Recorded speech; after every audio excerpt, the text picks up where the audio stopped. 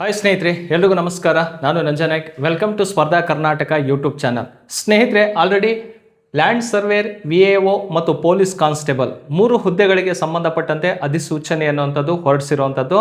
So ನೀವೆಲ್ಲರೂ ಕೂಡ ಅದಕ್ಕೆ ಅಪ್ಲೈ ಮಾಡೋದಕ್ಕೆ ಎಲ್ಲ ಸಿದ್ಧತೆಯನ್ನು ಕೂಡ ಮಾಡ್ಕೊಂಡಿದ್ದೀರಿ. ಸ್ನೇಹಿತರೆ, ಈ ಲ್ಯಾಂಡ್ ಸರ್ವೇರ್ ಅಂತ ನೋಡಿದಾಗ ಇದರಲ್ಲಿ ಪೇಪರ್ ಫಸ್ಟ್ ಮತ್ತು ಪೇಪರ್ ಸೆಕೆಂಡ್ ಅಂತ ಅಥವಾ ನಿರ್ದಿಷ್ಟ ಪತ್ರಿಕೆ ಅಂತ ಬರುತ್ತೆ.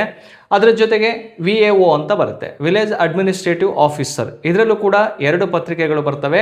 ಹಾಗೆ ಪೊಲೀಸ್ ಕಾನ್ಸ್ಟೇಬಲ್ ಅಲ್ಲಿ ಈಗ ನೋಟಿಫಿಕೇಶನ್ ಆಗಿರೋದು ಆಲ್ರೆಡಿ ಸಿವಿಲ್ ಮತ್ತು CRDR ಆಲ್ರೆಡಿ ನೋಟಿಫಿಕೇಶನ್ ಆಗಿದ್ವು.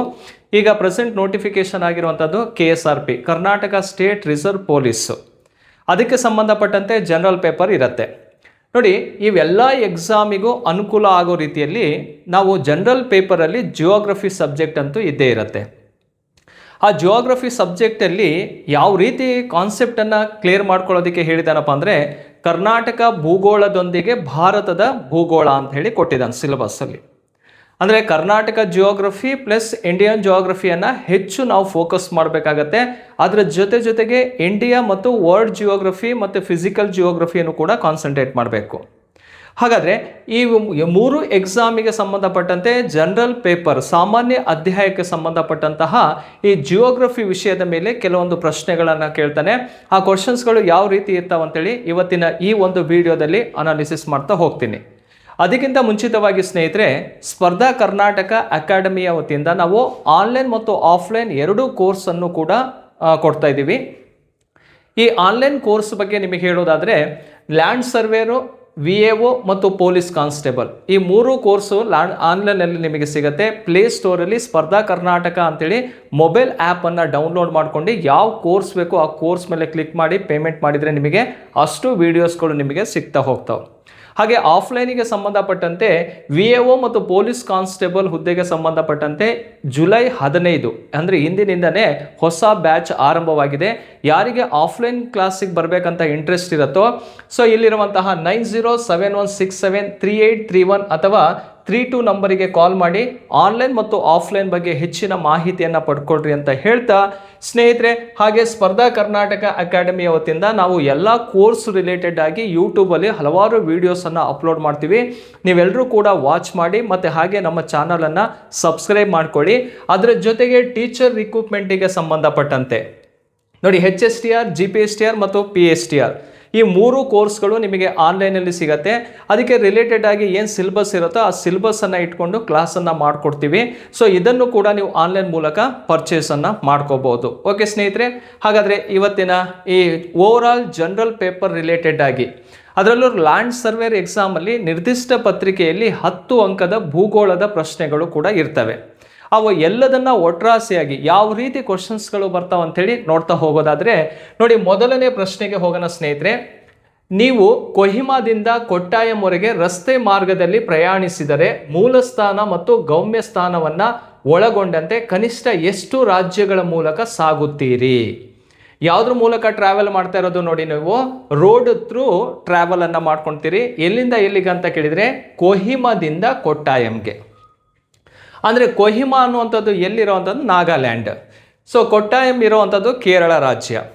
ಸೊ ಅಲ್ಲಿಂದ ಅಲ್ಲಿಗೆ ನಾವು ಸಂಪರ್ಕವನ್ನು ಮಾಡಬೇಕಾದ್ರೆ ಎಷ್ಟು ರಾಜ್ಯಗಳಲ್ಲಿ ಹಾದು ಹೋಗ್ತೀವಿ ಅನ್ನುವಂಥದ್ದು ಪ್ರಶ್ನೆ ಆಗಿರುತ್ತೆ. ನೋಡಿ, ಇಂತಹ ಒಂದು ಪ್ರಶ್ನೆಯನ್ನು ಕೊಟ್ಟಾಗ ಕೆಳಗಡೆ ಆಪ್ಷನಲ್ಲೂ ಕೊಟ್ಟಿದ್ದಾನೆ ನೋಡಿ, 6 ರಾಜ್ಯ, 7 ರಾಜ್ಯ, 8 ರಾಜ್ಯ ಮತ್ತು 9 ರಾಜ್ಯ ಅಂಥೇಳಿ. ಅಂದರೆ ನಮಗೆ ಇದರಲ್ಲಿ ಯಾವ ರೀತಿ ನಾಲೆಡ್ಜ್ ಇರಬೇಕಪ್ಪ ಅಂದರೆ, ಭಾರತದ ನಕ್ಷೆಯನ್ನು ನಾವು ಚೆಂದಾಗಿ ಅರ್ತಿರಬೇಕಾಗತ್ತೆ. ಇಂಡಿಯನ್ ಮ್ಯಾಪನ್ನು ಕ್ಲೀನಾಗಿ ಕಲ್ತಿದ್ರೆ ಮಾತ್ರ ಈ ಒಂದು ಪ್ರಶ್ನೆಗೆ ಆನ್ಸರ್ ಮಾಡೋದಕ್ಕೆ ಸಾಧ್ಯತೆ ಇರುವಂಥದ್ದು. ಯಾಕಂದರೆ ಒಂದು ರಾಜ್ಯಕ್ಕೂ ಮತ್ತೊಂದು ರಾಜ್ಯಕ್ಕೂ ನಾವು ಲಿಂಕನ್ನು ಕೊಡ್ತಾ ಬರಬೇಕಾಗತ್ತೆ. ಆ ಲಿಂಕನ್ನು ಯಾವ ರೀತಿ ಕೊಡಬೇಕಂದ್ರೆ, ಒಂದು ಚೂರು ಮಿಸ್ ಆಯ್ತಂದರೆ ರಾಜ್ಯಗಳ ನಂಬರ್ಸೇ ಏನಾಗತ್ತಪ್ಪ ಅಂದರೆ ಇಲ್ಲಿ ಚೇಂಜಸ್ ಆಗ್ತಾ ಹೋಗುತ್ತೆ. ಹಾಗಾಗಿ ಇಂತಹ ಪ್ರಶ್ನೆಗಳನ್ನು ಕೊಟ್ಟಾಗ ನಾವು ಆದಷ್ಟು ಮ್ಯಾಪ್ ರೀಡಿಂಗನ್ನು ಜಾಸ್ತಿ ಮಾಡ್ತಾ ಬರಬೇಕು. ನೋಡಿ, ಈ ಪ್ರಶ್ನೆಗೆ ಸರಿಯಾದಂತಹ ಉತ್ತರವನ್ನು ನೋಡೋದಾದರೆ ಈ ಮ್ಯಾಪಲ್ಲಿ ನಾನು ಕ್ಲಿಯರ್ ಮಾಡಿಕೊಡ್ತೀನಿ ನಿಮಗೆ. ನೋಡಿ, ಫಸ್ಟು ನಾವು ರಾಜ್ಯವಾರು ನೋಡಿದಾಗ ಕೇರಳ ರಾಜ್ಯವನ್ನು ಕೊಟ್ಟಿದ್ದಾನೆ. ಯಾವ ಪ್ಲೇಸ್ ಅಂದರೆ ಕೊಟ್ಟಾಯಂ ಪ್ಲೇಸು ಇಲ್ಲಿದೆ, ಕೇರಳ ರಾಜ್ಯ. ಸೊ ಈ ಭಾಗದಲ್ಲಿ ಕಾಣಿಸ್ತಾ ಇದೆಯಲ್ಲ, ಇದೇ ನಾಗಾಲ್ಯಾಂಡ್, ಇದೇ ಭಾಗ ಕೊಹಿಮಾ. ಓಕೆ, ಒಬ್ಬ ವ್ಯಕ್ತಿ ಕೊಹಿಮಾದಿಂದ ಪ್ರಯಾಣವನ್ನು ಬೆಳೆಸ್ತಾ ಇದ್ದಾನೆ ಅಂತೇಳಿ ಇಲ್ಲಿ ಕೊಟ್ಟಿರುವಂತಹ ಪ್ರಶ್ನೆ ಆಗಿರುತ್ತೆ. ನೋಡಿ ಕೊಹಿಮಾದಿಂದ ಸ್ಟಾರ್ಟ್ ಆಗತ್ತೆ, ಅಂದರೆ ನಾಗಾಲ್ಯಾಂಡ್ ಅನ್ನೋಂಥದ್ದು ಒಂದು ರಾಜ್ಯ ಅಂತ ಕನ್ಸಿಡರ್ ಮಾಡ್ತೀವಿ. ಅಲ್ಲಿಂದ ಎಲ್ಲಿಗೆ ಬರ್ತಾನಪ್ಪ ಅಂದರೆ ಸೀದಾ ಅಸ್ಸಾಮಿಗೆ ಬರ್ಬೋದು. ಅವನು ಅಸ್ಸಾಂ ಮೂಲಕ ಎಲ್ಲಿಗೆ ಬರ್ತಾನಪ್ಪ ಅಂದರೆ ನೋಡಿ ವೆಸ್ಟ್ ಬೆಂಗಾಲಿಗೆ ಬರ್ತಾನೆ, ಪಶ್ಚಿಮ ಬಂಗಾಳದ ಮೂಲಕ ಹಾದು ಬಂದು ಒಡಿಸ್ಸಕ್ಕೆ ಬರ್ತಾರೆ, ಒಡಿಸ್ಸಾದಿಂದ ಸೀದಾ ಆಂಧ್ರ ಪ್ರದೇಶಕ್ಕೆ ಬರ್ತಾನೆ, ಆಂಧ್ರ ಪ್ರದೇಶದಿಂದ ತಮಿಳುನಾಡಿಗೆ ಬಂದು ಕೇರಳದ ಕೊಟ್ಟಾಯಮಿಗೆ ಬಂದು ತಲುಪ್ತಾರೆ. ಹಾಗಾದರೆ ಇಲ್ಲಿ ಎಷ್ಟು ರಾಜ್ಯಗಳಿದಾವೆ ಅಂಥೇಳಿ ಈ ಒಂದು ರೂಟ್ ಮ್ಯಾಪನ್ನು ಇಟ್ಕೊಂಡ್ರೆ ನಾವು ನೋಡ್ಕೋಬೋದು. ನೋಡಿ ಕೇರಳ ಒಂದು ರಾಜ್ಯ ಕಂಡು ಬಂದರೆ, ತಮಿಳುನಾಡು 2ನೇ ರಾಜ್ಯ, ಆಂಧ್ರ ಪ್ರದೇಶ್ 3ನೇ ರಾಜ್ಯವಾದರೆ, ಒಡಿಸ್ಸಾ 4ನೇ ರಾಜ್ಯವಾಗಿರುತ್ತೆ, ವೆಸ್ಟ್ ಬೆಂಗಾಲ್ 5th, ನೆಕ್ಸ್ಟು ಈ ಕಡೆ ಅಸ್ಸಾಂ ನೋಡಿದ್ರೆ 6th, ನಾಗಾಲ್ಯಾಂಡ್ ಎಷ್ಟಿದೆಯಪ್ಪ ಅಂದರೆ 7th ಇದೆ.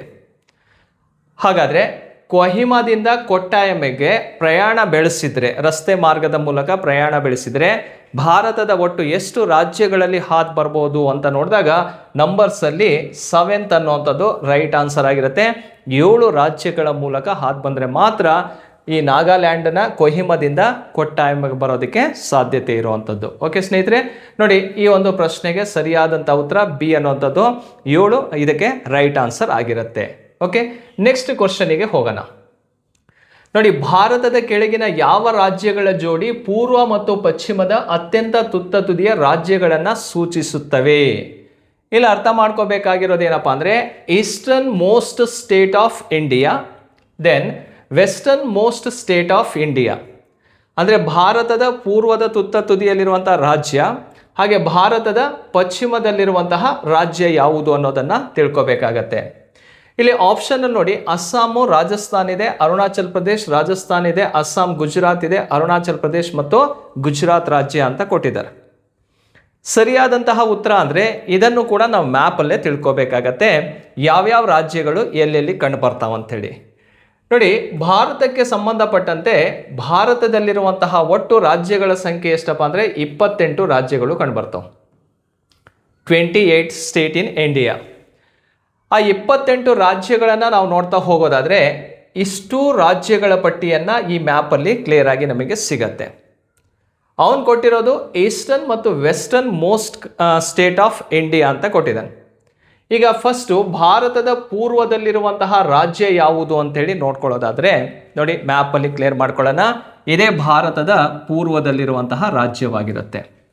ಯಾವ ರಾಜ್ಯವಾಗಿರತ್ತಪ್ಪ ಅಂದರೆ ಇದು ಅರುಣಾಚಲ್ ಪ್ರದೇಶ್ ರಾಜ್ಯವಾಗಿರುತ್ತೆ. ಯಾವ ಸ್ಟೇಟ್ ಇದು? ಅರುಣಾಚಲ್ ಪ್ರದೇಶ್. ಹಾಗಾದರೆ ಅರುಣಾಚಲ್ ಪ್ರದೇಶ್ ಭಾರತದ ಪೂರ್ವದ ರಾಜ್ಯವಾದರೆ ಪಶ್ಚಿಮದ ರಾಜ್ಯ ಅಂಥೇಳಿ ನೋಡಿದಾಗ ಯಾವ ರಾಜ್ಯ ಕಾಣಿಸ್ತಾ ಇದೆ ನಿಮಗಿಲ್ಲಿ? ಗುಜರಾತ್ ರಾಜ್ಯ ಕಂಡುಬರುತ್ತೆ. ಯಾವ ಸ್ಟೇಟ್ ಇದು? ಗುಜರಾತ್. ಈಸ್ಟಲ್ಲಿ ಅರುಣಾಚಲ್ ಪ್ರದೇಶ್ ಇದೆ, ವೆಸ್ಟಲ್ಲಿ ಗುಜರಾತ್ ರಾಜ್ಯ ಕಂಡುಬರುತ್ತೆ. ಇವೆರಡೂ ಪಾಯಿಂಟನ್ನು ಕೂಡ ನಾವು ಹೈಲೈಟ್ ಮಾಡ್ಕೋಬೇಕು. ಯಾವ ರೀತಿ ಕ್ವಶನ್ ಕೇಳ್ಬೋದು? ಭಾರತದ ಪೂರ್ವದ ತುತ್ತ ತುದಿ, eastern last point of India ಅಂತ ಕೇಳಿದಾಗ ಸ್ಟೇಟ್ ಬಂದು ಅರುಣಾಚಲ್ ಪ್ರದೇಶವಾಗಿರುತ್ತೆ. ಅಲ್ಲಿನ ಪ್ಲೇಸ್ ಯಾವುದು ಅಂತ ಕೇಳಿದರೆ ಕಿಬೀತು ಅಂತ ಇದೆ. ಕಿಬೀತು. ಓಕೆ, ಇದು ಭಾರತದ ಪೂರ್ವದ ತುತ್ತ ತುದಿ ಆಗಿರುತ್ತೆ. ಭಾರತದಲ್ಲಿ ಫಸ್ಟ್ ಸನ್ರೈಸ್ ಆಗುವಂಥದ್ದು, ಸೂರ್ಯ ಹುಟ್ಟುವಂಥದ್ದು ಇದೇ ಅರುಣಾಚಲ್ ಭಾಗದಲ್ಲಿ, ಕಿಬೀತು ಭಾಗದಲ್ಲಿ ಸೂರ್ಯ ಹುಟ್ಟೋದನ್ನು ನಾವು ನೋಡ್ಬೋದು. ಹಾಗೆ ಭಾರತದ ಪಶ್ಚಿಮದ ತುತ್ತ ತುದಿ, western last most point of India ಅಂತ ಕೇಳಿದಾಗ ಗುಜರಾತ್ ರಾಜ್ಯ ಕಂಡುಬರುತ್ತೆ. ಆ ಗುಜರಾತ್ ರಾಜ್ಯದಲ್ಲಿ ಹಲವಾರು ಪ್ಲೇಸ್ಗಳನ್ನು ನಾವು ಕಾನ್ಸಂಟ್ರೇಟ್ ಮಾಡಬೇಕು. ರನ್ ಆಫ್ ಕಚ್ ಅಂತ ಕಂಡುಬರುತ್ತೆ. ಯಾವುದಿದು? ಕಚ್ ಅಂತಲೂ ಕೂಡ ಕರಿತೀವಿ.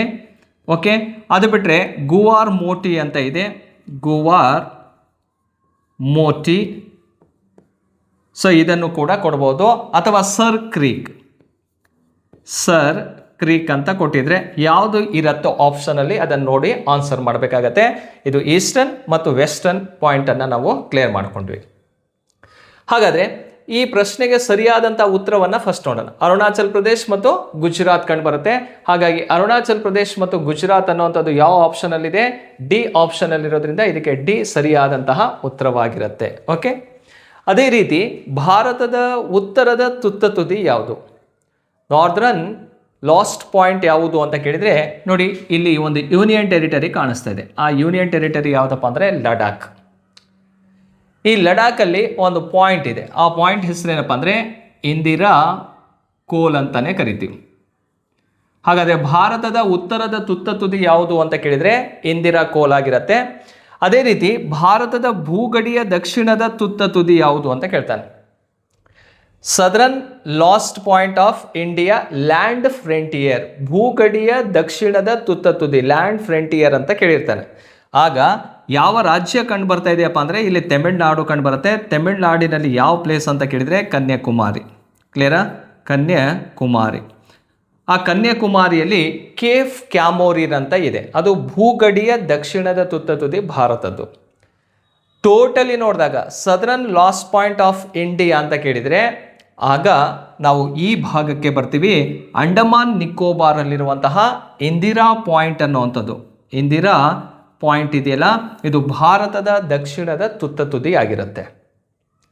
ಹಾಗಾದರೆ ಆ ಇಂದಿರಾ ಪಾಯಿಂಟ್ ಎಲ್ಲಿದೆ ಅಂತ ಕೇಳಿದರೆ ಗ್ರೇಟ್ ನಿಕೋಬಾರ್ ದ್ವೀಪದಲ್ಲಿ ಕಂಡುಬರುತ್ತೆ. ಪಿಗ್ಮಿಲಿಯನ್ ಪಾಯಿಂಟ್ ಅಂತ ಕರಿತೀವಿ ಅಥವಾ ಪಾರ್ಸನ್ ಪಾಯಿಂಟ್ ಅಂತಲೂ ಕೂಡ ಇದನ್ನು ಕರೆಯೋದುಂಟು.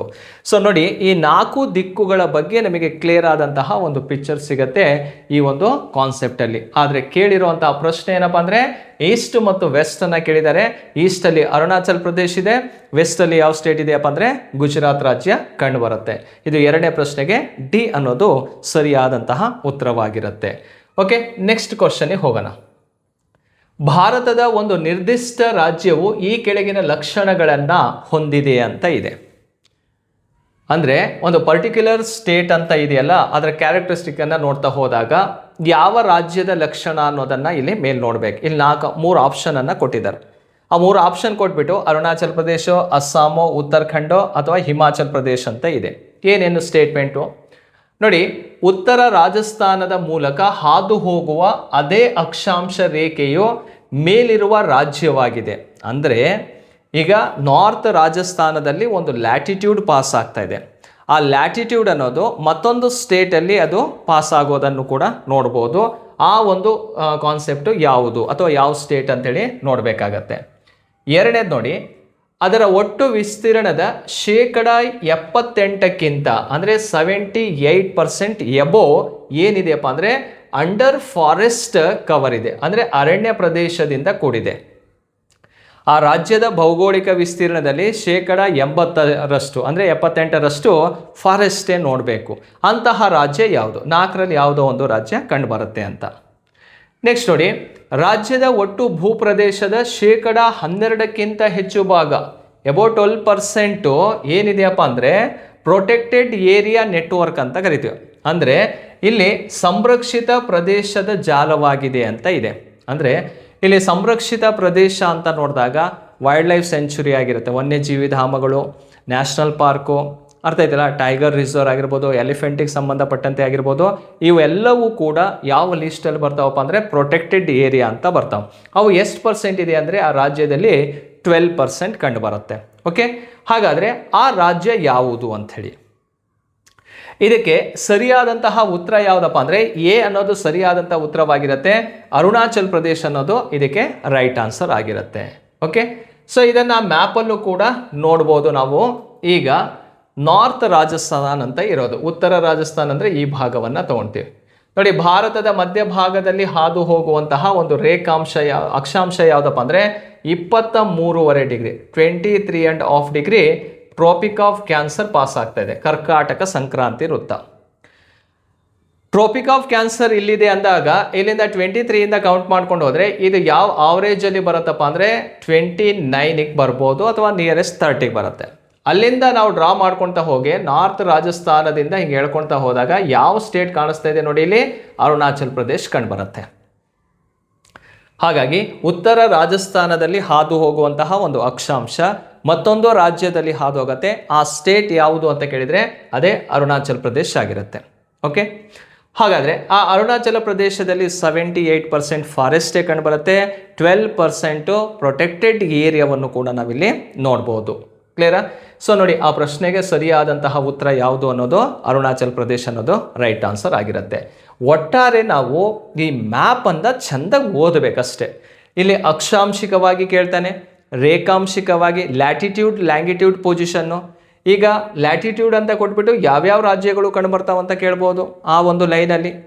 ಲ್ಯಾಂಗಿಟ್ಯೂಡ್ ಕೊಟ್ಬಿಟ್ಟು ಅಲ್ಲೂ ಕೂಡ ಯಾವ್ಯಾವ ಸ್ಟೇಟ್ಗಳು ಕಂಡುಬರ್ತಾವಂತನೂ ಕೂಡ ಪ್ರಶ್ನೆಯನ್ನು ಕೇಳ್ತಾ ಬರ್ತಾನೆ. ಓಕೆ ಸ್ನೇಹಿತರೆ, ನೆಕ್ಸ್ಟ್ ಕ್ವಶನಿಗೆ ಹೋಗೋಣ. ಕೆಳಗಂಗಾ ಬಯಲು ಪ್ರದೇಶ, ಲೋಯರ್ ಗ್ಯಾಂಜೆಟಿಕ್ ಪ್ಲೈನ್ ಅಂತ, ಅಂದರೆ ಗಂಗಾ ಬಯಲು ಪ್ರದೇಶ ಅಂತಾನೆ ಕರಿತೀವಿ. ನೋಡಿ, ವರ್ಷ ಪೂರ್ತಿ ಹೆಚ್ಚಿನ ತಾಪಮಾನ ಹೊಂದಿರುವ ಆರ್ದ್ರ ವಾಯುಗುಣವನ್ನು ಅಥವಾ ವಾತಾವರಣವನ್ನು ಹೊಂದಿರುತ್ತೆ. ಹೈ ಟೆಂಪ್ರೇಚರ್ ಇರುತ್ತೆ. ಎಲ್ಲಿ? ಲೋಯರ್ ಗಂಗಾ ಪ್ಲೈನ್, ಕೆಳಗಂಗಾ ಮೈದಾನದಲ್ಲಿ ವರ್ಷ ಪೂರ್ತಿ ಹೆಚ್ಚಿನ ತಾಪಮಾನವನ್ನು ಹೊಂದಿರುತ್ತೆ. ಹೈ ಟೆಂಪ್ರೇಚರ್ ಇರುತ್ತೆ ಥ್ರೂಔಟ್ ಇಯರ್. ಓಕೆನಾ? ಅಷ್ಟೇ ಅಲ್ಲದೆ ಆರ್ದ್ರ ವಾತಾವರಣವನ್ನು ಕೂಡಿರುತ್ತೆ. ಅಂದರೆ ಹ್ಯೂಮಿಡ್ ಕ್ಲೈಮೇಟ್ ಇರುತ್ತೆ. ಅಂದರೆ ತೇವಯುತವಾದಂತಹ ಒಂದು ಪ್ರದೇಶವಾಗಿರುತ್ತೆ. ಹಾಗಾದರೆ ಈ ಪ್ರದೇಶಕ್ಕೆ ಕೆಳಗಿನ ಯಾವ ಬೆಳೆಗಳ ಜೋಡಿ ಅತ್ಯಂತ ಸೂಕ್ತವಾಗಿದೆ?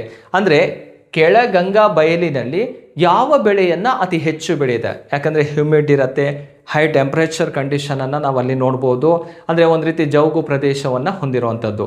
ಅಂದರೆ ಕೆಳಗಂಗಾ ಅಂತ ನೋಡಿದಾಗ ಆ ಪ್ರದೇಶ ಹೇಗಿರುತ್ತಪ್ಪ ಅಂದರೆ ಈ ರಿವರ್ ಡೆಲ್ಟಾ ಭಾಗವಾಗಿರುತ್ತೆ, ನದಿ ಮುಖಜ ಭೂಮಿ ಭಾಗ. ಆ ನದಿ ಮುಖಜ ಭೂಮಿ ಭಾಗ ಆದರೆ ಆ ಒಂದು ರೀತಿ ಜೌಗು ಪ್ರದೇಶವನ್ನು ಹೊಂದಿರುವಂಥ ಪ್ರದೇಶವಾಗಿರುತ್ತೆ. ಮತ್ತು ಹೈ ಫರ್ಟಿಲಿಟಿ ಸಾಯಿಲನ್ನು ಕೂಡ ನಾವಿಲ್ಲಿ ನೋಡ್ತಾ ಹೋಗ್ತೀವಿ.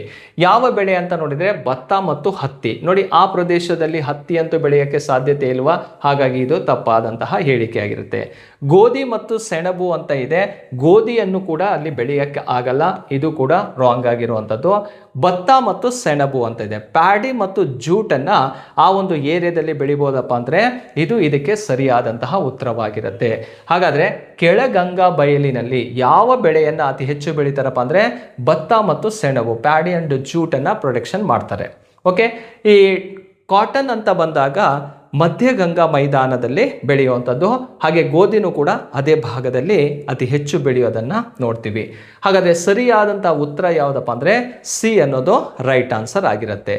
ಹಾಗಾದರೆ ಈ ಕೆಳಗಂಗಾ ಬಯಲಿನ ಬಗ್ಗೆ ಕೆಲವೊಂದು ಬೇಸಿಕ್ ಮಾಹಿತಿಯನ್ನು ನಾವು ತಿಳ್ಕೊಳ್ಳೋದಾದರೆ ಇಲ್ಲಿ ಮ್ಯಾಪಲ್ಲಿ ಕ್ಲಿಯರ್ ಮಾಡ್ಕೊಳ್ಳೋಣ. ನೋಡಿ, ಕೆಳಗಂಗಾ ಮೈದಾನ ಅಂತ ನೋಡಿದಾಗ ಈ ಭಾಗದಲ್ಲಿ ನಾವು ಅಬ್ಸರ್ವ್ ಮಾಡ್ತೀವಿ. ಯಾವ್ಯಾವ ರಾಜ್ಯಗಳು ಕಂಡುಬರ್ತವೆ ಇಲ್ಲಿಂದ ತೊಗೊಳ್ತೀವಿ. ಬಿಹಾರ ರಾಜ್ಯ ಕಂಡುಬರುತ್ತೆ. ಅದಾದ ನಂತರ ನೋಡಿ ವೆಸ್ಟ್ ಬೆಂಗಾಲ್ ಕಂಡುಬರುತ್ತೆ.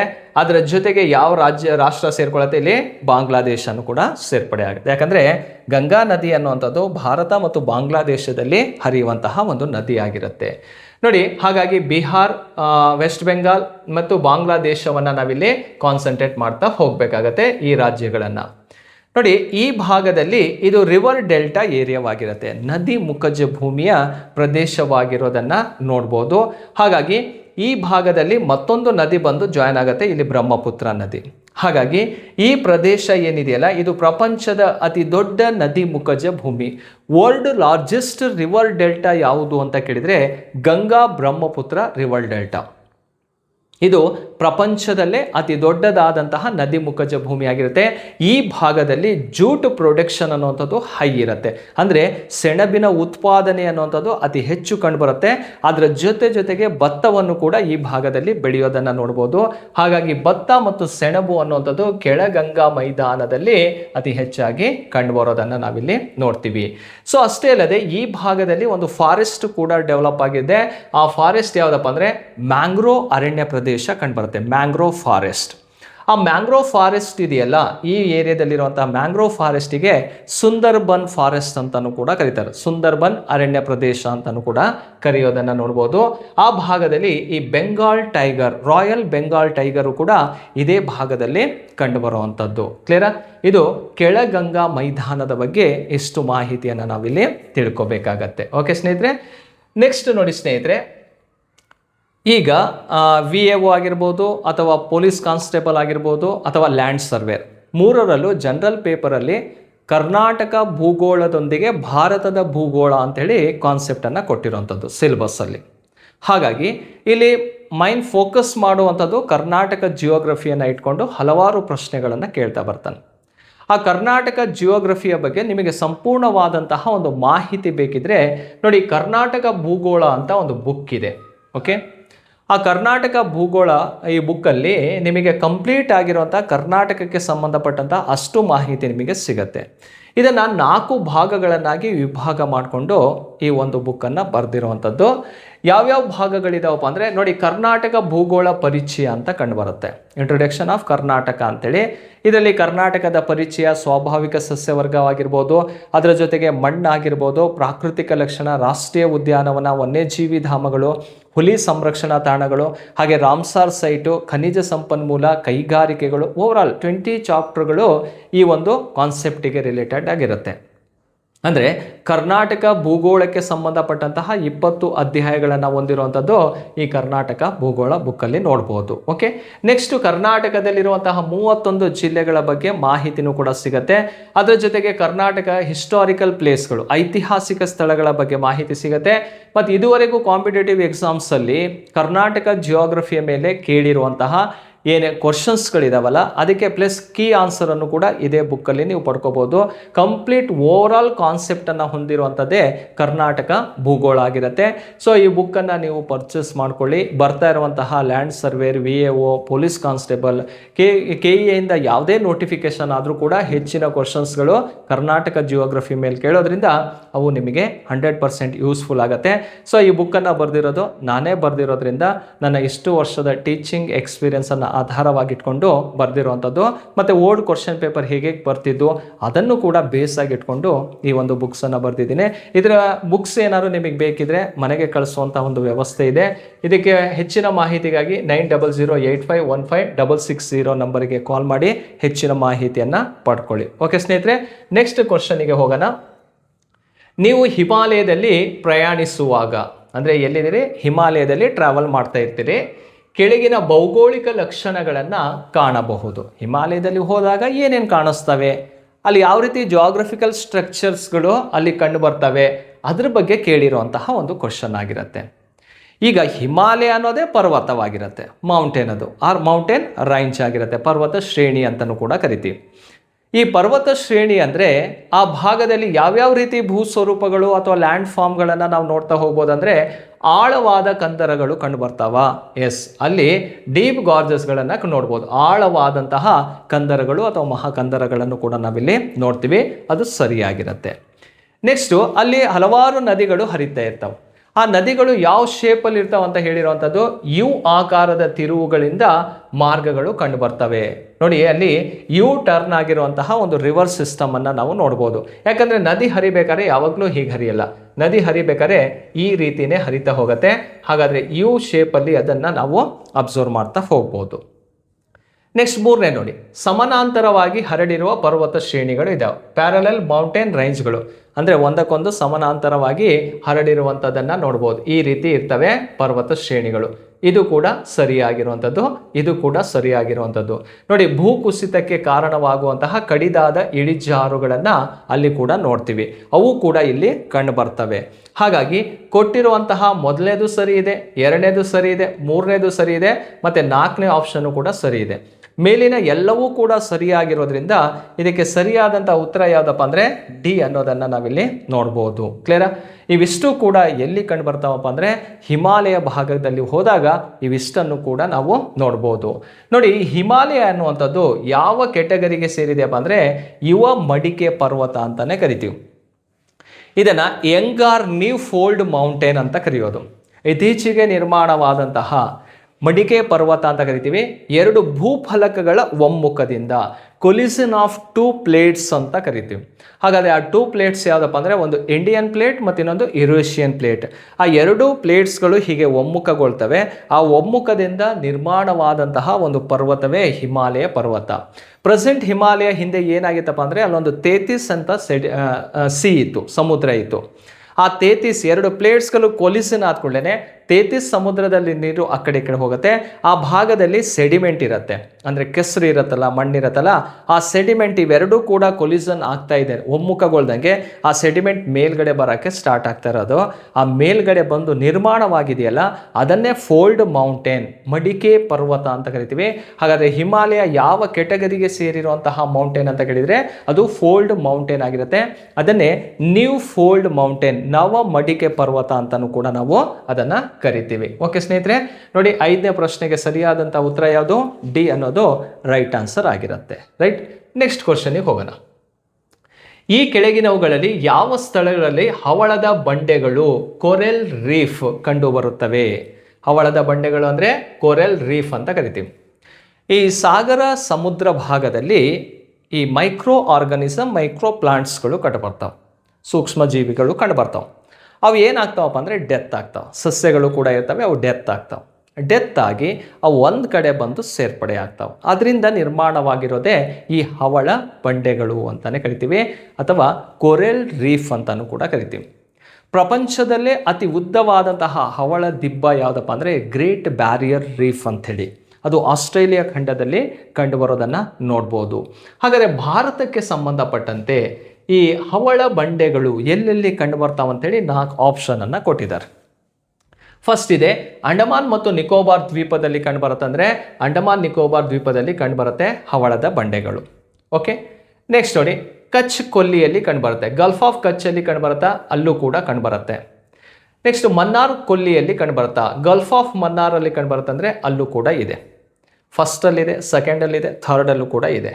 ಸುಂದರ್ ಬನ್ಸಲ್ಲಿ ಅಂದರೆ ವೆಸ್ಟ್ ಬೆಂಗಾಲಲ್ಲಿ ಕಂಡುಬರುತ್ತಾ, ವೆಸ್ಟ್ ಬೆಂಗಾಲಲ್ಲಿ ಕಂಡುಬರೋದಿಲ್ಲ. ಇದು ರಾಂಗ್ ಆದಂತಹ ಒಂದು ಸ್ಟೇಟ್ಮೆಂಟ್ ಆಗಿರುತ್ತೆ.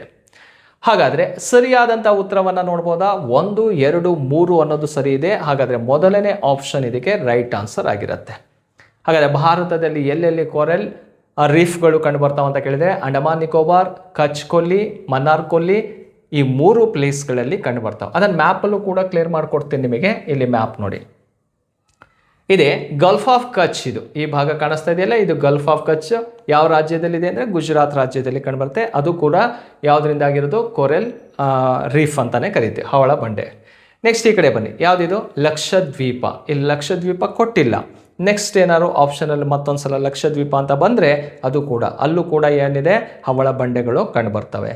ನೋಡಿ, ಈ ಭಾಗ ತಮಿಳುನಾಡು ಭಾಗ ಇದು, ಇದೆ ಗಲ್ಫ್ ಆಫ್ ಮನ್ನಾರ್. ಕ್ಲಿಯರಾ? ಈ ಗಲ್ಫ್ ಆಫ್ ಮನ್ನಾರಲ್ಲೂ ಕೂಡ ಏನು ಕಂಡುಬರುತ್ತಪ್ಪ ಅಂದರೆ ಹವಳ ಬಂಡೆಗಳು. ಇಲ್ಲಿದೆ ನೋಡಿ, ಮನ್ನಾರ್ ಕೊಲ್ಲಿ ಆರ್ ಗಲ್ಫ್ ಆಫ್ ಮನ್ನಾರಲ್ಲೂ ಕೂಡ ಕಂಡುಬರುತ್ತೆ. ನೆಕ್ಸ್ಟ್ ಈ ಭಾಗವನ್ನು ನೀವು ಅಬ್ಸರ್ವ್ ಮಾಡ್ಬೋದು, ಅಂಡಮಾನ್ ನಿಕೋಬಾರ್ ಭಾಗ, ಇಲ್ಲೂ ಕೂಡ ಹವಳದ ದಿಬ್ಬಗಳು ಕಂಡುಬರೋದನ್ನು ನೋಡ್ತೀವಿ. ಇವು 4 ಇಂಪಾರ್ಟೆಂಟ್ ಪ್ಲೇಸನ್ನು ತಲೆಯಲ್ಲಿ ಇಟ್ಕೊಳ್ಳಿ. Andaman Nicobar, gulf of Mannar, Lakshadweep, next gulf of Khambhat ಅಂತ ಏನಿದೆಯಲ್ಲ, ಕಚ್ ಅಂತ ಇದೆಯಲ್ಲ, ಅಲ್ಲೂ ಕೂಡ ಕಂಡುಬರುತ್ತೆ. ರೈಟ್? ಸೊ ಹಾಗಾದರೆ ಕೇಳಿರೋ ಪ್ರಶ್ನೆಗೆ ಸರಿಯಾದಂಥ ಉತ್ತರ ಯಾವುದು? ಎ ಅನ್ನೋದು ರೈಟ್ ಆನ್ಸರ್ ಆಗಿರುತ್ತೆ. ನೆಕ್ಸ್ಟ್ ಕ್ವಶನ್ಗೆ ಹೋಗೋಣ. ಕನ್ಸಿಡರ್ ದ ಫಾಲೋಯಿಂಗ್ ಪೇರ್ಸ್ ಅಂತ, ಕೆಳಗಿನ ಜೋಡಿಗಳನ್ನು ಪರಿಗಣಿಸಿ ಅಂತ ಇದೆ. ಆ ಜೋಡಿಗಳನ್ನು ಪರಿಗಣಿಸಿ ಅಂತ ಕೊಟ್ಬಿಟ್ಟು ಇದರಲ್ಲಿ ಯಾವುದು ಸರಿಯಾಗಿದೆ ಅಂಥೇಳಿ ಇಲ್ಲಿ ನಾವು ಆನ್ಸರನ್ನು ಮಾಡಬೇಕಾಗತ್ತೆ. ಕ್ಲಿಯರಾ? ಇದಕ್ಕೆ ಆಪ್ಷನ್ ಆಗಿ ತಗೊಳ್ಳೋದಾದರೆ ನೋಡಿ, ಫಸ್ಟ್ ಇದೆ ಅಣ್ಣಮಲೈ ಹಿಲ್ಸ್ ಅಂತ ಇದೆ. ಅಣ್ಣಮಲೈ ಹಿಲ್ಸ್ ಅನ್ನುವಂಥದ್ದು ಎಲ್ಲಿ ಕಂಡು ಬರುತ್ತೆ ಅಂತ ಕೇಳಿದಾಗ ಕೋರಮಂಡಲ ಕೋಸ್ಟಲಲ್ಲಿದೆಯಾ? ನೋಡಿ, ಭಾರತದ ಒಂದು ಮ್ಯಾಪನ್ನೇ ನಾವಿಲ್ಲಿ ಕ್ಲಿಯರ್ ಮಾಡ್ಕೊಬಿಡೋಣ. ಇಂಡಿಯನ್ ಮ್ಯಾಪನ್ನು ಇಲ್ಲಿ ಒಂದು ಚಿಕ್ಕದಾಗಿ ಡ್ರಾ ಮಾಡ್ಕೊಳ್ಳೋಣ. ಅದಕ್ಕೆ ಸಂಬಂಧಪಟ್ಟಂತೆ ಎಲ್ಲೆಲ್ಲಿ ಏನೇನಿದಾವೆ ಅಂಥೇಳಿ ನಾವಿಲ್ಲಿ ನೋಡ್ಕೊಳ್ತಾ ಹೋಗ್ಬೋದು. ಕ್ಲಿಯರಾ? ಈ ಮ್ಯಾಪಲ್ಲಿ ಇಷ್ಟನ್ನು ತಗೊಳ್ಳೋಣ. ನೋಡಿ, ಅಣ್ಣಮಲೈ ಹಿಲ್ಸ್ ಅಂತ ಇದೆಯಲ್ಲ, ಈ ಅಣ್ಣಮಲೈ ಹಿಲ್ಸ್ ಕೇರಳ ಮತ್ತು ತಮಿಳುನಾಡು ಗಡಿಯಲ್ಲಿ ಕಂಡುಬರೋದು, ಈ ಭಾಗದಲ್ಲಿದೆ ಅಂತ ಅಂದ್ಕೊಳ್ಳಿ. ಓಕೆನಾ? ಹಾಗಾದರೆ ಅಣ್ಣಮಲೈ ಹಿಲ್ಸ್ ಕೋರಮಂಡಲ ಕೋಸ್ಟಲ್ ಅಂತ ಇದೆ. ಕೋರಮಂಡಲ ಕೋಸ್ಟಲ್ ಇರೋದು ತಮಿಳುನಾಡು ಭಾಗದಲ್ಲಿ, ಇಲ್ಲಿದೆ. ಇದಕ್ಕೂ ಸಂಬಂಧ ಇದೆಯಾ? ಇಲ್ಲ. ಇದು ರಾಂಗ್ ಆದಂತಹ ಒಂದು ಸ್ಟೇಟ್ಮೆಂಟ್ ಆಗಿರುತ್ತೆ. ನೆಕ್ಸ್ಟು ಗಾರೋ ಹಿಲ್ಸ್ ಅಂತ ಇದೆ. ಗಾರೋ ಹಿಲ್ಸ್ ಎಲ್ಲಿದೆಯಪ್ಪ ಅಂದರೆ ಮೇಘಾಲಯ ರಾಜ್ಯ ಭಾಗದಲ್ಲಿ ಕಂಡುಬರುತ್ತೆ. ಇಲ್ಲಿ ಗಾರೋ, ಕಾಸಿ, ಜಯಂತಿಯ ಬೆಟ್ಟಗಳು ಕಂಡುಬರ್ತಾವೆ. ಯಾವ ಸ್ಟೇಟಲ್ಲಿ? ಮೇಘಾಲಯ ರಾಜ್ಯ. ಮೇಘಾಲಯ ರಾಜ್ಯ ಇರೋದು ನಾರ್ತ್ ಈಸ್ಟ್ ಸ್ಟೇಟಲ್ಲಿ ಕಂಡುಬರೋದು. ಓಕೆನಾ? ಅದಕ್ಕೆ ಸಂಬಂಧಪಟ್ಟಂತೆ ಏನಿದೆ ಇದು ನೋಡಿ, ಕೊಂಕಣ್ ಕೋಸ್ಟಲ್ ಅಂತ ಕರೀತಾರೆ. ಕೊಂಕಣ್ ಕೋಸ್ಟಲ್ ಇರೋದು ಮಹಾರಾಷ್ಟ್ರ ಮತ್ತು ಗುಜರಾತ್ ಭಾಗದಲ್ಲಿ ಕಂಡುಬರೋದೆ ಕೊಂಕಣ್ ಕೋಸ್ಟಲ್. ನೋಡಿ, ಈ ಭಾಗದಲ್ಲಿರೋದು ಗಾರೋ ಬೆಟ್ಟ, ಬಟ್ ಕೊಂಕಣ್ ಕೋಸ್ಟಲ್ ಇರೋದು ಇಲ್ಲಿ. ಇದಕ್ಕೆ ಯಾವುದೇ ರೀತಿ ಸಂಬಂಧ ಇಲ್ಲ. ಇದು ಕೂಡ ತಪ್ಪಾದಂತಹ ಒಂದು ಹೇಳಿಕೆಯಾಗಿರುತ್ತೆ. ನೆಕ್ಸ್ಟ್ ಹೋಗೋದಾದರೆ ನೆಕ್ಸ್ಟ್ ಮಹಾದೇವೋ ಹಿಲ್ಸ್ ಅಂತ ಬರುತ್ತೆ. ಸೆಂಟ್ರಲ್ ಇಂಡಿಯಾ ಈ ಭಾಗ, ಮಧ್ಯಪ್ರದೇಶ ಭಾಗ, ಮಹಾದೇವೋ ಹಿಲ್ಸ್ ಕಂಡು ಬರುತ್ತೆ.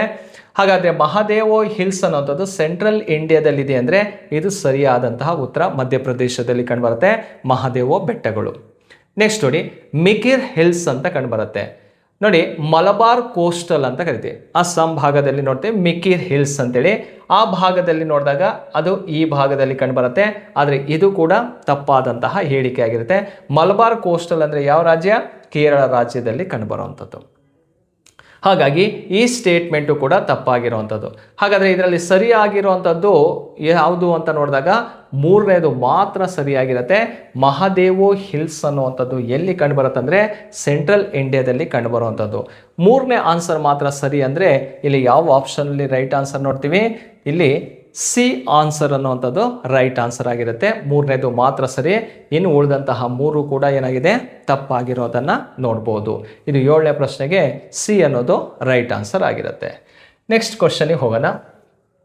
ಕೆಳಗಿನ ಯಾವ ದ್ವೀಪಗಳ ಜೋಡಿಯು 10 ಡಿಗ್ರಿ ಕಾಲುವೆ 10 ಡಿಗ್ರಿ ಚಾನಲ್ನಿಂದ ಪರಸ್ಪರ ಬೇರ್ಪಡಿಸುತ್ತದೆ? ಸಪ್ರೇಟ್ ಮಾಡುವಂತಹದ್ದು ಯಾವುದು?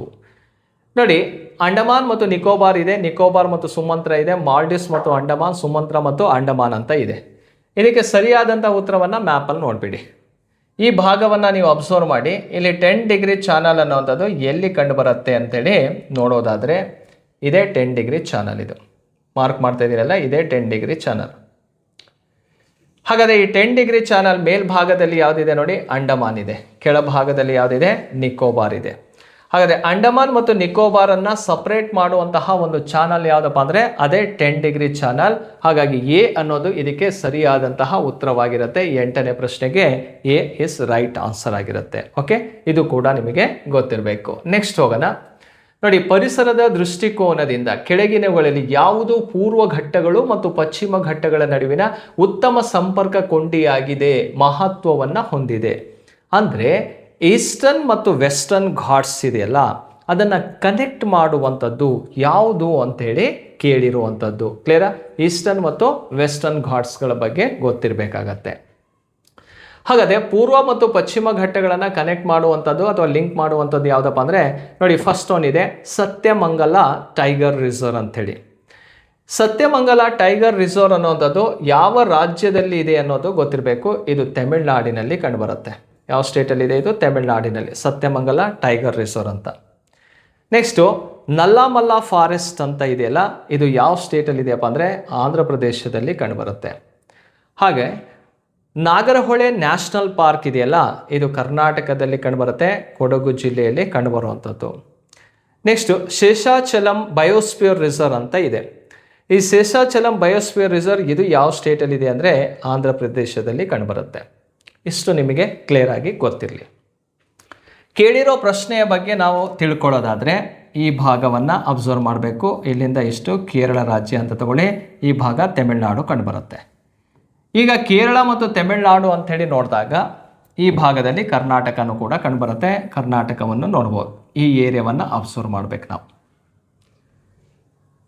ಈ ಭಾಗದಲ್ಲಿ ಬರ್ತಾ ಇರುವಂತಹ ಘಾಟ್ಸ್ ಯಾವುದಪ್ಪ ಅಂದರೆ ವೆಸ್ಟರ್ನ್ ಘಾಟ್ಸ್, ಈ ಕಡೆಯಿಂದ ಬರ್ತಾ ಇರುವಂಥದ್ದು ಈಸ್ಟರ್ನ್ ಘಾಟ್ಸ್. ಇವೆರಡು ಮೀಟ್ ಆಗುವಂಥ ಪಾಯಿಂಟ್ ಇದಾಗಿರುತ್ತೆ.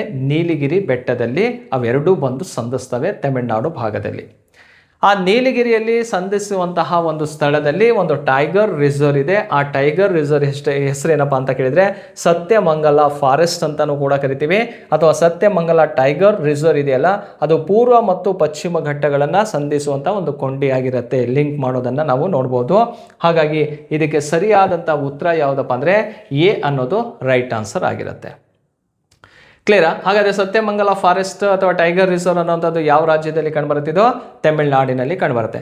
ಸತ್ಯಮಂಗಲ ಫಾರೆಸ್ಟ್ ಮೇಲೆ ಬಂದ್ರೇ ಬಂಡೀಪುರ, ಅಂದರೆ ಕರ್ನಾಟಕದಲ್ಲಿ ಚಾಮರಾಜನಗರ ಜಿಲ್ಲೆಯಲ್ಲಿರುವಂತಹ ಬಂಡೀಪುರ ಅರಣ್ಯ ಪ್ರದೇಶನೂ ಕೂಡ ನಾವಿಲ್ಲಿ ಅಥವಾ ರಾಷ್ಟ್ರೀಯ ಉದ್ಯಾನವನವನ್ನು ಕೂಡ ನಾವಿಲ್ಲಿ ನೋಡ್ಬೋದು. ಕ್ಲಿಯರ್ ಸ್ನೇಹಿತರೆ? ಹಾಗಾದರೆ ಈ ಪ್ರಶ್ನೆಗೆ ಸರಿಯಾದಂಥ ಉತ್ತರ ಯಾವುದು? ಎ ಅನ್ನೋದು ರೈಟ್ ಆನ್ಸರ್ ಆಗಿರುತ್ತೆ. ನೆಕ್ಸ್ಟ್ ಕ್ವಶನಿಗೆ ಹೋಗೋಣ. ಕೆಳಗಿನ ಜೋಡಿಗಳನ್ನು ಪರಿಗಣಿಸಿ ಅಂತ ಇದೆ. ಕನ್ಸಿಡರ್ ದ ಫಾಲೋಯಿಂಗ್ ಪೇರ್ಸ್ ಅಂತ ಇದೆ. ಒಂದು ಗ್ಲೇಸಿಯರ್ ಕೊಟ್ಟಿದ್ದಾರೆ, ಅಂದರೆ ಒಂದು ಹಿಮ ನದಿಗಳನ್ನು ಕೊಟ್ಟಿದ್ದಾರೆ. ಹಿಮ ನದಿಗಳು ಕಂಡು ಬರ್ತವೆ. ನೆಕ್ಸ್ಟ್ ಮತ್ತೊಂದು ಭಾಗದಲ್ಲಿ ನದಿಗಳನ್ನು ಕೊಟ್ಟಿದ್ದಾನೆ. ಅದಕ್ಕೆ ಸಂಬಂಧಪಟ್ಟಂತೆ ಯಾವ ಹಿಮ ನದಿಯಲ್ಲಿ ಯಾವ ನದಿ ಉಗಮವಾಗತ್ತೆ ಅದನ್ನು ನಾವಿಲ್ಲಿ ಕ್ಲಿಯರ್ ಮಾಡ್ಕೊಳ್ತಾ ಹೋಗಬೇಕಾಗತ್ತೆ. ಗ್ಲೇಸಿಯರ್ ಬಗ್ಗೆ ಸಂಬಂಧಪತ್ತೆ ನೋಡಿ, ಬಂಡರ್ ಪೂಂಚ್ ಅಂತ ಹೇಳಿದೆ. ಬಂಡರ್ ಪೂಂಚಲ್ಲಿ ಯಮುನಾ ನದಿ ಹುಟ್ಟತ್ತಂದರೆ ಅದೇ ಭಾಗದಲ್ಲಿ ನಾವು ನೋಡ್ತೀವಿ. ಬಂಡರ್ ಪೂಂಚ್ ಭಾಗದಲ್ಲೇ ಹುಟ್ಟುವಂಥದ್ದು ಯಮುನಾ ನದಿ. ನೆಕ್ಸ್ಟ್ ಬಾರಾಸಿಂಗ್ರಿ ಅಂತ ಇದೆಯಲ್ಲ, ಬಾರಾಸಿಂಗ್ರಿ ಭಾಗದಲ್ಲಿ ಚೇನಾಬ್ ನದಿ ಹುಟ್ಟತ್ತಂದರೆ ಚೇನಾಬ್ ನದಿ ಹುಟ್ಟೋದು ಬಾರಾಸಿಂಗ್ರಿ ಭಾಗದಲ್ಲಿ. ನೆಕ್ಸ್ಟು ಮಿಲಂ ಅಂತ ಇದೆ, ಮಂದಾಕಿನಿ ನದಿ ಹುಟ್ಟತ್ತಾ ಅಂತ ಕೇಳಿದರೆ ಮಿಲಂ ಭಾಗದಲ್ಲಿ ಕ್ಲಿಯರ್ ಇರಲಿ. ಈ ಮಿಲಂ ಭಾಗದಲ್ಲಿ ಯಾವ ನದಿ ಹುಟ್ಟತ್ತಪ್ಪ ಅಂದರೆ ಗೋರಿ ಗಂಗಾ ನದಿ ಹುಟ್ಟತ್ತೆ. ಹಾಗಾದರೆ ಗೋರಿ ಗಂಗಾ ನದಿಯ ಉಗಮ ಸ್ಥಳ ಯಾವುದು ಅಂತ ಕೇಳಿದರೆ ಅದು ನಿಮಗೆ ಕ್ಲಿಯರ್ ಇರಬೇಕು. ಯಾವುದು? ಮಿಲಂ ಅಂಥೇಳಿ ಒಂದು ಗ್ಲೇಸಿಯರ್ ಭಾಗದಲ್ಲಿ ನೋಡ್ತೀವಿ. ಕ್ಲಿಯರಾ? ಹಾಗಾದರೆ ಮಂದಾಕಿನಿ ಎನ್ನುವಂಥದ್ದು ಎಲ್ಲಿ ಹುಟ್ಟತ್ತಪ್ಪ ಅಂದರೆ ಚೋರಾಬಾರಿ ಎಂಬಲ್ಲಿ ಹುಟ್ಟತ್ತೆ. ಇದು ಮಂದಾಕಿನಿ ನದಿ ಉಗಮವಾಗುವಂತಹ ಒಂದು ಜಾಗವಾಗಿರುತ್ತೆ, ಚೋರಾಬಾರಿ ಅಂಥೇಳಿ. ಹಾಗಾಗಿ ಮೂರನೇ ಸ್ಟೇಟ್ಮೆಂಟ್ ಅನ್ನೋದು ಏನಾಗಿದೆ ಇಲ್ಲಿ ತಪ್ಪಾಗಿರೋದನ್ನು ನೋಡ್ತೀವಿ. ಸಿಯಾಚಿನ್ ಗ್ಲೇಸಿಯರಲ್ಲಿ, ಸಿಯಾಚಿನ್ ಹಿಮ ನದಿಯಲ್ಲಿ ನುಬ್ರಾ ನದಿ ಹುಟ್ಟತ್ತೆ, ಇದು ಕೂಡ ಸರಿಯಾಗಿರುವಂಥದ್ದು. ನೆಕ್ಸ್ಟು ಜೇಮು ಎನ್ನುವಂತಹ ಗ್ಲೇಸಿಯರಲ್ಲಿ ಮಾನಸ ನದಿ ಹುಟ್ಟತ್ತಾ ಅಂತ ನೋಡಿದಾಗ ಮಾನಸ ನದಿ ಅಲ್ಲಿ ಹುಟ್ಟೋದಿಲ್ಲ. ಹಾಗಾದರೆ ಅಲ್ಲಿ ಹುಟ್ಟುವಂಥದ್ದು ಯಾವ ನದಿ ಅಂತ ಕೇಳಿದರೆ ತೀಸ್ತಾ ನದಿ ಹುಟ್ಟತ್ತೆ. ಎಲ್ಲಿ? ಜೇಮು ಎನ್ನುವಂತಹ ಗ್ಲೇಸಿಯರ್ನಲ್ಲಿ ತೀಸ್ತಾ ನದಿ ಹುಟ್ಟತ್ತೆ, ಅದನ್ನು ನೆನಪಲ್ಲಿಟ್ಕೊಳ್ಳಿ. ಮಾನಸ ನದಿ ಹುಟ್ಟುವಂಥದ್ದು ಎಲ್ಲಿ ಹುಟ್ಟತ್ತಂತ ಕೇಳಿದಾಗ ದಾರಂಗ್ಮಿ ಚೂ ಎನ್ನುವಂತಹ ಒಂದು ಗ್ಲೇಸಿಯರ್ನಲ್ಲಿ ಹುಟ್ಟುವಂಥದ್ದು. ದಾರಂಗ್ಮಿ ಚೂ ಎನ್ನುವಂಥದ್ರಲ್ಲಿ ಯಾವ ನದಿ ಹುಟ್ಟತ್ತೆ? ಮಾನಸ್ ನದಿ ಹುಟ್ಟಿರುವಂಥದ್ದು. ಹಾಗಾಗಿ ಇದು ಕೂಡ ತಪ್ಪಾದಂತಹ ಹೇಳಿಕೆ ಆಗಿರುತ್ತೆ. ಹಾಗಾದರೆ ಇಲ್ಲಿ ಕೊಟ್ಟಿರುವಂತಹ ಜೋಡಿಗಳಲ್ಲಿ ಯಾವುದು ಸರಿಯಾದಂತಹ ಜೋಡಿ ಅಂತ ಕೇಳಿದರೆ ನೋಡಿ, 1ನೇದು ಸರಿ ಇದೆ, 2ನೇದು ಸರಿ ಇದೆ, ಮತ್ತು 4ನೇದು ಸರಿ ಇದೆ. 1, 2 ಮತ್ತು 4 ಯಾವ ಆಪ್ಷನಲ್ಲಿದೆ ಅಂತ ಕೇಳಿದಾಗ ಎ ಆಪ್ಷನಲ್ಲಿ ಕಂಡುಬರುತ್ತೆ. ಹಾಗಾಗಿ ಎ ಅನ್ನೋದು ಇದಕ್ಕೆ ಸರಿಯಾದಂಥ ಉತ್ತರವಾಗಿರುತ್ತೆ. 3 ಮತ್ತು 5 ಅನ್ನುವಂಥದ್ದು ಇಲ್ಲಿ ತಪ್ಪಾಗಿರೋದನ್ನು ನೋಡ್ಬೋದು. ಕ್ಲಿಯರ್ ಸ್ನೇಹಿತರೆ? ನೋಡಿ, ಇದು ರಿವರ್ ರಿಲೇಟೆಡ್ ಮತ್ತು ಗ್ಲೇಸಿಯರ್ ರಿಲೇಟೆಡ್ ಆದಂತಹ ಒಂದು ಕ್ವಶನ್ ಆಗಿರುತ್ತೆ. ನೆಕ್ಸ್ಟ್ ಮತ್ತೊಂದು ಪ್ರಶ್ನೆಗೆ ಹೋಗೋಣ. ಕೆಳಗಿನ ಜೋಡಿಗಳನ್ನು ಪರಿಗಣಿಸಿ. ನದಿಗಳು ಉಪನದಿಗಳು ಇದ್ದಾವೆ. ಅಂದರೆ ಯಾವ ನದಿ ಉಪನದಿ ಅಂಥೇಳಿ ನಾವಿಲ್ಲಿ ಕ್ಲಿಯರ್ ಮಾಡಬೇಕು. ಈಗ ಭೀಮಾ ನದಿಯ ಉಪನದಿ ನೀರಾ ಅಂತ ಕೇಳಿದರೆ ಹೌದು, ಭೀಮಾ ನದಿಯ ಪ್ರಮುಖ ಉಪನದಿ ಯಾವುದಪ್ಪ ಅಂದರೆ ನೀರಾ ಅಂಥೇಳಿ. ಕಾವೇರಿ ನದಿಯ ಪ್ರಮುಖ ಉಪನದಿಗಳಲ್ಲಿ ನೋಯಲು ಕೂಡ ಒಂದಾಗಿರುತ್ತೆ, ಇದು ಕೂಡ ಸರಿ. ನೇತ್ರಾವತಿ ನದಿಯ ಉಪನದಿಗಳಲ್ಲಿ ನೇರಿಯಾ ಹೊಳೆ ಅಂತ ಇದೆ, ಇದು ಕೂಡ ಸರಿ. ಹಾಗಾದರೆ ಕಾಳಿ ನದಿಯ ಉಪನದಿಯಲ್ಲಿ ಹರಿದ್ರಾವತಿ ಅಂತ ಇದೆ, ಇದು ಸರಿ ಅಂತ ಕೇಳಿದರೆ ಇದು ತಪ್ಪು. ಹಾಗಾದರೆ ಹರಿದ್ರಾವತಿ ಅನ್ನುವಂಥದ್ದು ಯಾವ ನದಿಯ ಉಪನದಿ ಅಂತ ಕೇಳಿದರೆ ಇದು ಶರಾವತಿ ನದಿಯ ಉಪನದಿ ಆಗಿರುತ್ತೆ. ಯಾವ ನದಿ ಅದು? ಶರಾವತಿ ನದಿಯ ಉಪನದಿ ಯಾವುದಪ್ಪ ಅಂದರೆ ಹರಿದ್ರಾವತಿ. ಅದು ಕಾಳಿ ನದಿಯ ಉಪನದಿ ಅಲ್ಲ. ಹಾಗಾದರೆ ಮೇಲೆ ನೀಡಲಾದಂತಹ ಎಷ್ಟು ಜೋಡಿಗಳು ಸರಿಯಾಗಿದ್ದಾವೆ ನೋಡಿ. 1ನೇದು ಸರಿ ಇದೆ, 2ನೇದು ಸರಿ ಇದೆ, 3ನೇದು ಸರಿ ಇದೆ. ಹಾಗಾದರೆ 1 ಜೋಡಿ ಮಾತ್ರ ಸಿಂಗಲ್ ಪೇರ್ ರೈಟ್ ಇದೆ ಅಂತ ಕೇಳಿರೋವಂಥದ್ದು, 2 ಜೋಡಿ ಮಾತ್ರ, 3 ಜೋಡಿ, ಎಲ್ಲ 4 ಜೋಡಿಗಳು ಸರಿಯಾಗಿದೆ ಅಂತ. ಎಷ್ಟು ಜೋಡಿ ಸರಿಯಾಗಿರುವಂಥದ್ದು? 3 ಜೋಡಿ ಅನ್ನುವಂಥದ್ದು ಇಲ್ಲಿ ಸರಿಯಾಗಿರೋದನ್ನು ನೋಡ್ತೀವಿ. ನೋಡಿ ಸ್ನೇಹಿತರೆ, 11ನೇ ಪ್ರಶ್ನೆಗೆ ಸಿ ಅನ್ನೋದು ರೈಟ್ ಆನ್ಸರ್ ಆಗಿರುತ್ತೆ. ಈ ರೀತಿ ಈ ಭೂಗೋಳ ವಿಷಯದ ಮೇಲೆ ಹಲವಾರು ಪ್ರಶ್ನೆಗಳನ್ನು ಕಾಮನ್ ಆಗಿ ಎಕ್ಸಾಮ್ಸಲ್ಲಿ ಇದ್ದೇ ಇರ್ತವೆ. 10, 12, 15 ಕ್ವಶನ್ವರೆಗೂ ಕೂಡ ಕೇಳ್ತಾ ಬರ್ತಾನೆ. ಸ್ನೇಹಿತರೆ, ಇಷ್ಟು ಕೂಡ ಇವತ್ತಿನ ಈ ಒಂದು ವಿಡಿಯೋದಲ್ಲಿ ಇವೆಲ್ಲ ಪ್ರಶ್ನೆಗಳ ಬಗ್ಗೆ ಯಾವ ರೀತಿ ಕ್ವಶನ್ ಬರ್ತವೆ, ಯಾವ ರೀತಿ ಆನ್ಸರ್ ಮಾಡ್ಬೋದು ಅಂಥೇಳಿ ನಾವು ತಿಳ್ಕೊಂಡಿದ್ದೀವಿ. ಸೊ ನೆಕ್ಸ್ಟ್ ಮತ್ತೆ ಹಲವಾರು ಇಂಪಾರ್ಟೆಂಟ್ ಆಗಿರುವಂತಹ ಒಂದು ಟಾಪಿಕ್ಕು ರಿಲೇಟೆಡ್ ಆದಂತಹ ಕ್ವಶನನ್ನು ಇಟ್ಕೊಂಡು ಮತ್ತೆ ಬರ್ತೀನಿ. ಸ್ನೇಹಿತರೆ, ವಿಡಿಯೋ ಇಷ್ಟ ಆದರೆ ಲೈಕ್ ಮಾಡಿ, ಕಾಮೆಂಟ್ ಮಾಡಿ, ನಿಮ್ಮ ಫ್ರೆಂಡ್ಸ್ಗಳಿಗೂ ಕೂಡ ಶೇರ್ ಮಾಡಿರಿ ಅಂತ ಹೇಳ್ತಾ ಈಗಿನ ಕಾನ್ಸೆಪ್ಟನ್ನು ಮುಗಿಸ್ತೀನಿ. Thank you.